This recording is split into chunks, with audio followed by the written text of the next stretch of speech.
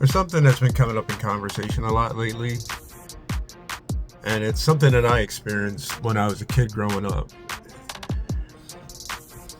It's not age exclusive. It doesn't only happen to kids. It can happen to adults, from anywhere at any time, just because of what goes on in today's world. Bullying is something that I experienced for 10 years.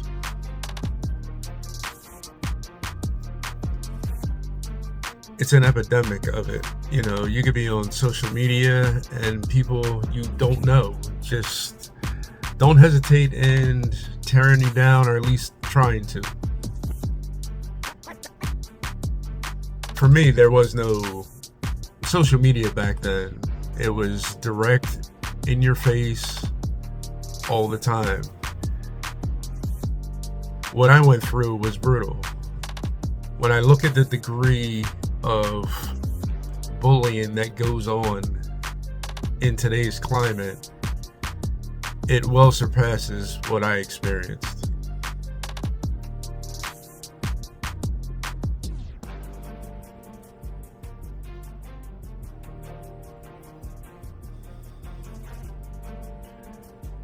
During that time, one of the things that I felt is that I wasn't worth much or anything at times. And there are a lot of people that I've encountered lately that have felt the same way, and some of them still do. But then they ask me, well, how is it that you smile after you're going through that? What did you do to get over it and get through it? And I told them there's no one-word answer. I can't say it was therapy. I can't say it was family. I can't say it was friends. It was a combination of things. One of the biggest things for me was martial arts.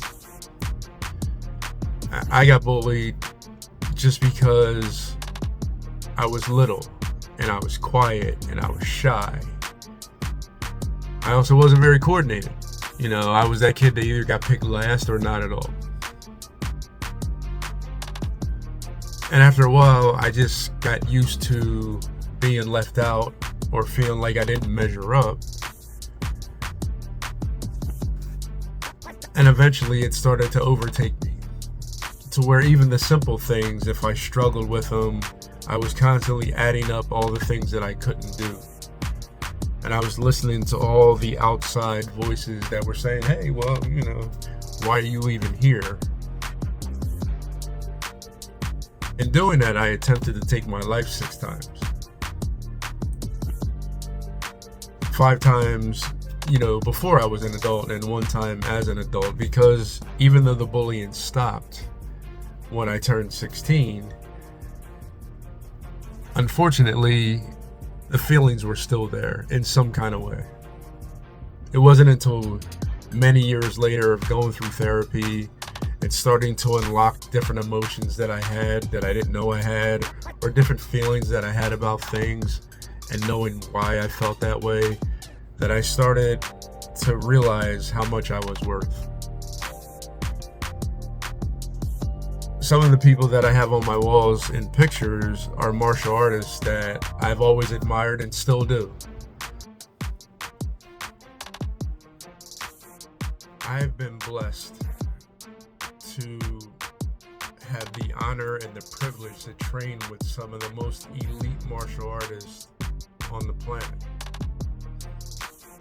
I grew up flipping through the pages of the martial arts magazines, to seeing them on television, to going to the big screen to watch them, and to be standing side by side with them, to train with them, to just shake hands with them. It's been phenomenal to me. From Billy Blanks to Bill Superfoot Wallace, who is one of the most entertaining people I've ever met. He's just, a bundle of joy. To Cynthia Rothrock, who I've trained with for more than a decade, And it's been just one of the most dynamic experiences I've ever had. I'm just blown away every time I train with her, or just when I attend a session with her that she's running. And I've gotten to know people like her and people like Billy Blanks and Bill Superfoot Wallace, and they're just incredible people that I'm fortunate enough to share the floor with.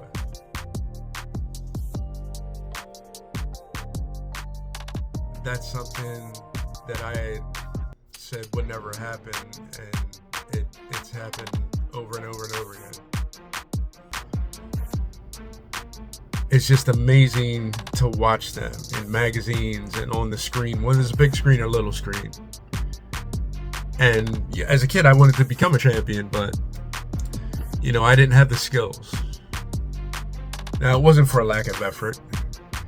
I didn't realize that I was born with a hereditary neuropathy. It's got a real funny name, Charcot-Marie tooth disease, or CMT, as people will say it. And it's a hereditary neuropathy, but I didn't know until my early 30s that I had it. Doctors always said, "Oh, you have bad ankles because of martial arts." So that's what I thought. Bad ankles because of martial arts. My dream of becoming a champion were forgotten about.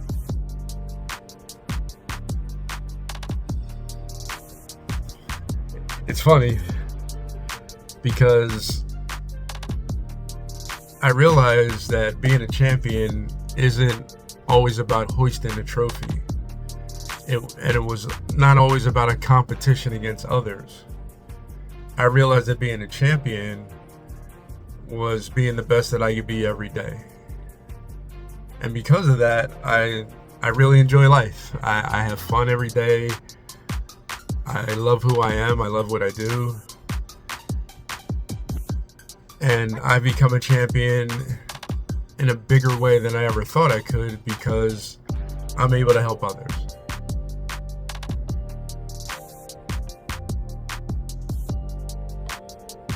I didn't think people cared, so I didn't say anything growing up when I was going through many of the difficult days and times that I went through. And even as an adult, the same thing. I didn't say very much to anyone. It wasn't until later that I learned that sharing my journey has helped so many people. It was just overwhelming to know that when I go to meet my daughter's teacher, because my daughter's autistic, and her teacher says, "I've been wanting to meet you for a long time." And I said, "Oh, well, it's a pleasure to meet you. The profession that I had as a professional truck driver made it difficult for me to keep up on meetings at the schools." But he said, "No, it's not just because of what your daughter said, it's because of what someone else said." And I said, "Well, what do you mean?" He let me know that another teacher that worked at the same school had two sons that I know. So once he said the name, I was like, yeah, I know exactly who they are, because I used to teach at a martial arts school for almost 8 years that specialized in teaching special needs students. The owner was a child behavior specialist, and many of the students were his patients. And I got to know this young man there, and I didn't know the impact that I made on his life. Because my daughter's teacher asked me, is like, do you know what you did for that young man? And I said, no. He's like, oh, his mom never told you? I said, no.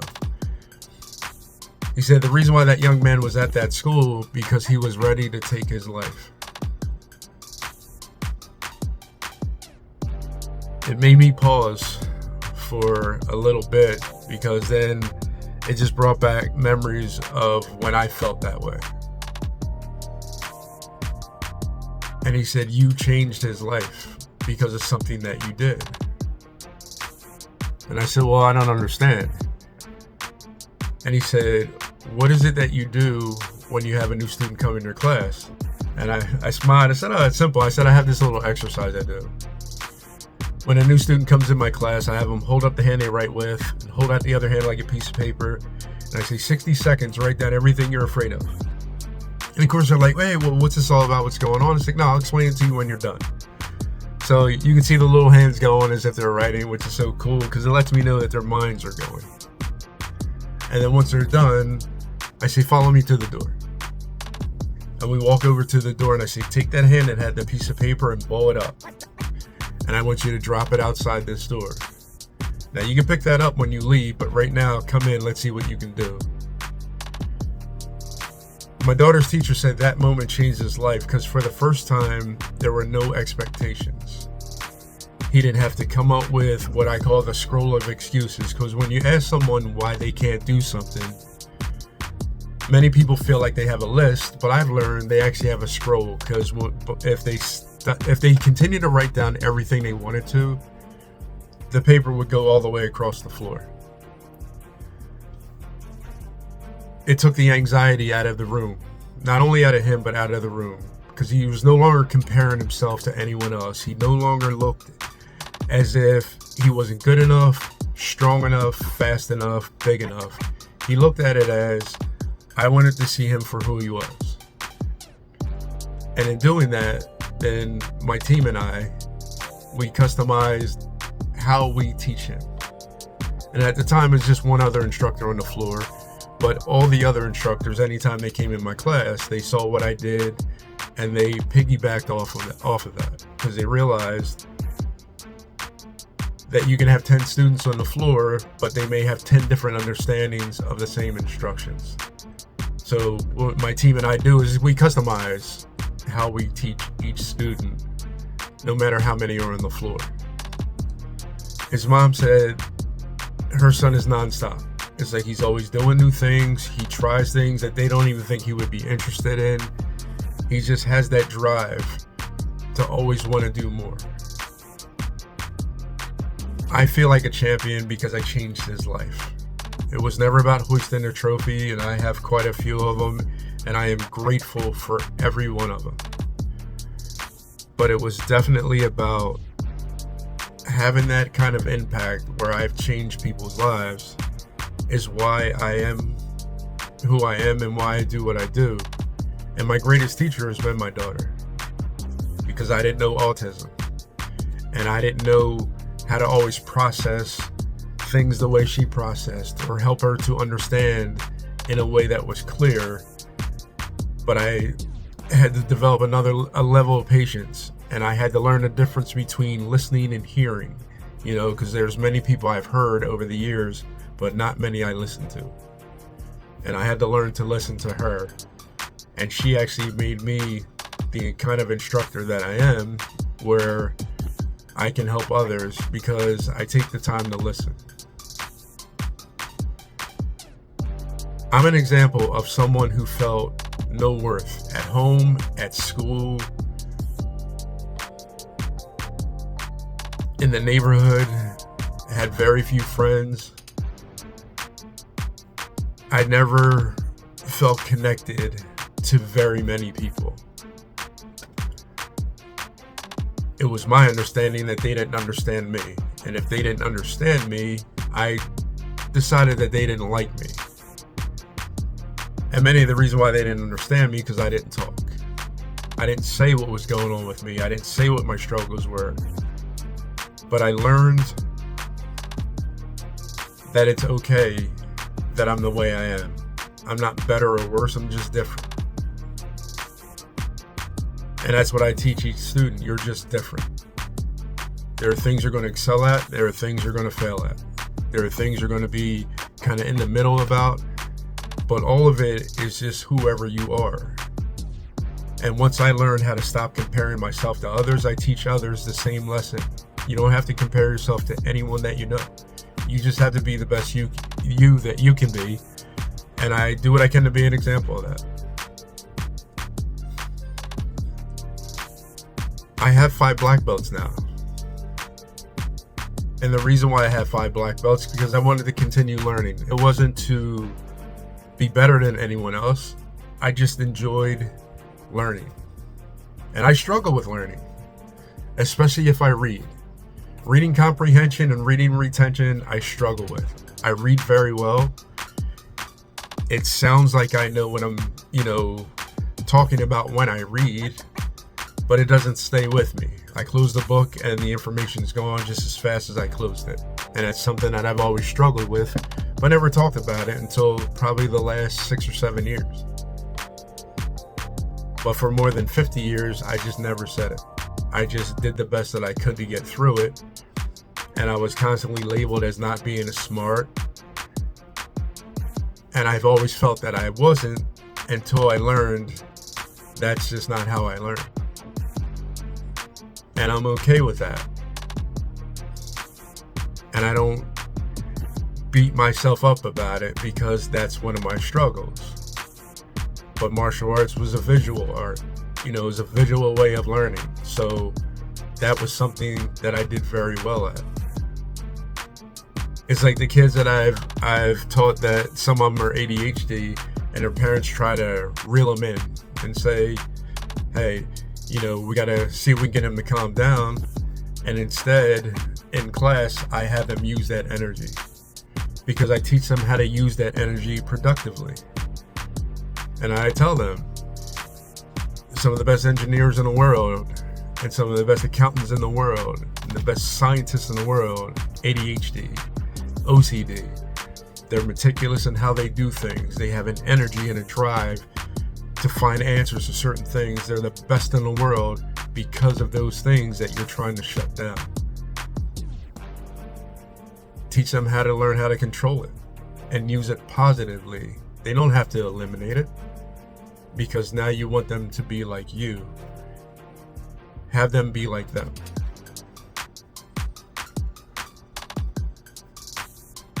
I'm grateful for the 5 black belts that I have because with this nerve disease, actually a decade before my diagnosis with this nerve disease, I had not one but 4 doctors say, hey, by the age of 35, you're going to be confined to a wheelchair. And I said, well, what do you mean? They said, you've had so many injuries, didn't break anything, but I had so many injuries to my ankles, sprains, twists, turns, rollovers, you name it. They said, you need to stop martial arts, have surgery on both ankles, and by the age of 35, you will be confined to a wheelchair. And I said, well, what kind of diagnosis is that? They said the alternative is if you don't stop and you don't have the surgery, you'll be confined to a wheelchair sooner. So that's what I looked at. I learned that something that my mom said, and I'm grateful my parents are still alive and well. She said, being hard-headed has its benefits. I declined their advice. I'm not confined to a wheelchair. I learned a decade later when my diagnosis came from the team of neurologists. They said if you had listened to that advice and stopped doing what you're doing, you would be confined to a wheelchair because you would have given up on yourself. And you would have been inactive. And you'd have been sitting around with a remote control in one hand and a beverage in another. And they said, we can't tell you how grateful we are that you continued even when it was difficult, even when it was painful, even when everyone else told you not to. Because more than once in my life, I've had no one in my corner. I had to decide that I believe in me and what I am and what I can do. And I wasn't always successful, but I have no regrets because I never look back and say, oh, I wish I would have. I learned I didn't have to be like everyone else. And because of that, I developed my own fighting style. Even though many of the traditions I still do and I still teach, I have my own style. And I teach that style to others so they can develop their own style. They just use elements of what I teach them.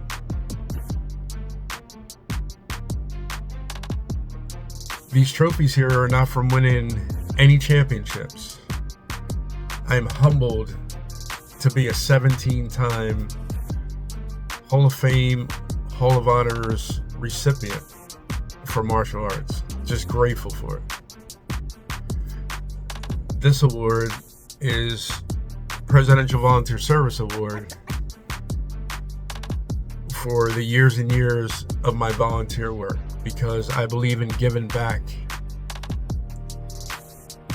And one of the things that I've done that I'm grateful that it was in my heart to do is to give back, and I look for anything in return. So when I hear things like that from my daughter's teacher, it's priceless to me. There's no amount of money that I could ever receive that would be equal to knowing that I changed someone's life. And everyone out there can do the same. You can change someone's life, not just your own, but other people around you. Criticism is going to come. There's always going to be someone in the room that doesn't like you or doesn't like something that you're wearing or your hand position at the time that you said it or your pitch in your voice. There's always going to be something that someone doesn't like. You have to learn to say, okay, that's how they feel, and go past that. And that's what I've done. And that's what I continue to do. There are days that I'm being taken out by ninja dandelions when I'm walking across the grass. I don't know if you know what they are, but they're the ones that wrap around your legs when you're walking across the grass and take you down. And when you turn around and look, they're standing up straight again. And then there are days I'm kicking out the lights in the ceiling. It's just that just goes on with me, with my legs. But each day I'm grateful for and I'm happy for. And I want you to do the same. I want you to be that person that you're happy for every single day. And whatever struggle you're going to is for a moment. Some moments are long. Don't get me wrong. Some moments are long. And they're bad. And I'll give you something else that I learned. I had to get new friends.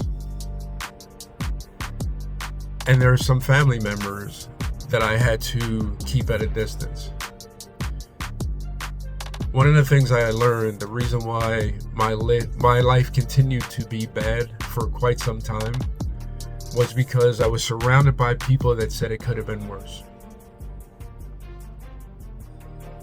And I was like, you know what, you're right. And all that did was have me repeat the same behavior because I was hanging on, well, could have been worse. Got through that, could have been worse. Ooh, that was a close one, could have been worse. I used to do that to myself. I had to realize what was bad and say it. This is bad. I don't need to do this anymore. This is bad. I don't want to do this anymore. This is bad. I don't need this in my life anymore. I had to start acknowledging bad for being bad and calling it out to say, I don't want that anymore in order for a change to come. I'm not dismissing the fact that it could have been worse, but I was not acknowledging that it was bad. See, that's the difference between, one of the things I say is embracing it and acknowledging it. I was embracing the bad because I was like, it could have been worse. So I just acknowledged that it could have been worse. I was embracing the bad. I had to learn how to acknowledge the bad so I can embrace things that were good. And a lot of people's lives get stuck on pause because they remember what happened when they were 10 or when they were 12, and that's how they lived their life from that place. I have many incidents that in an instant I can bring to you that are some of the worst things that anyone could ever experience throughout my life. But I realized that was a moment, and then I moved on. It's not that I've forgotten anything. It's not that I'm dismissing the pain. I acknowledge that that was bad, and now I move forward. And that's what I encourage people to do. I'm grateful for my journey. I'm grateful to be alive and well, and I'm grateful to give back. I hope that you do the same, because you have it in you. It's all about choices. And all your choices are not going to be popular with everyone. But that's okay. They don't have to like it. Once I learned that, I had peace. Because even when I drove tractor trailers, there was no one in my corner. But I had a successful 17-year career going across the country in Canada. And it was one of the best moments in my life. I want you to keep having those moments, as many as you can. You matter, so stay here and be here and be who you're meant to be, not what you're told you cannot be.